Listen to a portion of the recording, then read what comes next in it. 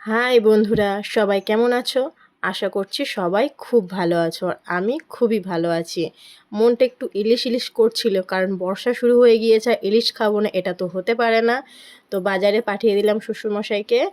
তো শ্বশুরমশাই বাজারে গেল তো ঠিকই, কিন্তু বড় ইলিশ পেল না। তো কি করবে, বৌমার ইচ্ছে, তো বাধ্য হয়ে ছোট ইলিশই আনলো। যাই হোক, শ্বশুরমশাই এনেছে বলে কথা, ছোট বড় হিসাব করলে চলে। তো চলো বেশি কথা না বাড়িয়ে রান্নাটা করে নেওয়া যাক। ওদিকে আলু, বেগুন, কাঁচা লঙ্কা কেটে রেখেছিলাম। এদিকে ইলিশ মাছে লবণ, হলুদ আর লঙ্কা গুঁড়ো দিয়ে ভালো করে মাখিয়ে নিলাম। গ্যাসে কড়া বসিয়ে দিয়েছিলাম। কড়া গরম হয়ে যেতে তাতে সর্ষের তেল দিলাম। এবার একটু অপেক্ষা করব তেলটা গরম হয়ে যেতে, তারপরে মাছের পিসগুলো ভালো করে ভেজে নেব। কারণ একে ছোটই মাছ, তার উপরে আমার শ্বশুরমশাই কাঁচা মাছ খেতে পারেন না। তো নিজের কথাটা ভাবলে তো হবে না, সবার কথাটাও ভাবতে হবে। তো সেই জন্য মাছগুলোকে একটু হালকা ফ্রাই করে নেব, বেশি ভাজার দরকার নেই। আমরা তো ইলিশ প্রেমী, তো কাঁচা বলো ভাজা বলো যাই দেবে ইলিশ প্রেমীদের তাতেই ভালো লাগবে। আর আমার মনে হয় ভাজার থেকে কাঁচা মাছের ঝোলটাই খেতে বেশি ভালো লাগে। কাঁচা মাছের ঝোল বলো কিংবা সর্ষে বলো কিংবা ভাপা বলো, যাই কিছু, ইলিশ তো কাঁচাতেই রান্না বেশি ভালো লাগে। চলো, গল্প করতে করতে তো আমার মাছ ভাজা হয়ে গেল। মাছগুলোকে উল্টিয়ে পাল্টিয়ে তুলে নিলাম। এবার এই তেলেতেই আমরা বেগুন দিয়ে দেবো। বেগুনটা হালকা ফ্রাই করে নেব, বেশি ফ্রাই করব না, কারণ বেগুন গলে যেতে পারে। তো হালকা একটু ফ্রাই করে বেগুনটা তুলে নেব। চলো, বেগুনটা ভাজতে ভাজতে তোমাদের কাছে একটা ছোট্ট অনুরোধ রইলো আমার। আমার চ্যানেলে যদি তোমরা নতুন হয়ে থাকো তাহলে বেল আইকনটিকে প্রেস করে দিও। লাইক, কমেন্ট, শেয়ার করে আমার পাশে থেকো। আর অনেক অনেক ভালোবাসা দিও আমাকে। আর আমার তরফ থেকে তোমাদেরকে আমার অনেক অনেক শুভেচ্ছা, অনেক ভালোবাসা। তো চলো, তোমাদের সঙ্গে গল্প করতে করতে বেগুন ভাজা আমাদের হয়ে গিয়েছে। এটাকে বেশি ভাজার দরকার নেই, এই অবস্থাতেই আমরা বেগুনটাকে তুলে নেব। আর কড়াতে যে অবশিষ্ট তেলটা রয়ে গিয়েছে, এই তেলেতেই পুরো রান্নাটা আমরা কমপ্লিট করব।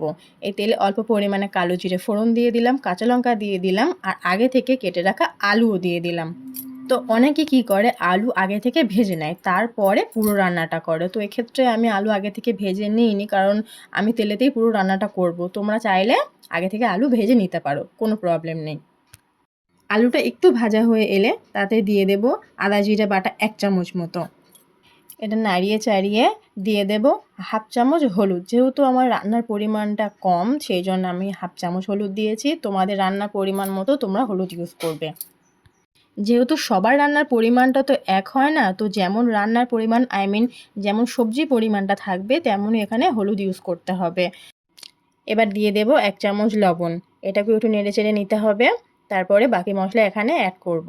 আর তোমরা কোথা থেকে আমার ভিডিওটা দেখছো অবশ্যই কিন্তু কমেন্ট করে জানাবে।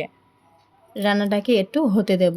আর এখানে আমি এক এক করে মশলা ইউজ করছি, মানে এই নয় যে তোমাদেরকেও এক এক করে মশলা ইউজ করতে হবে। তোমরা চাইলে একটা বাটিতে লঙ্কা, হলুদ এবং লবণ একটু জল মিশিয়ে একটা ঘন পেস্ট তৈরি করে নিতে পারো।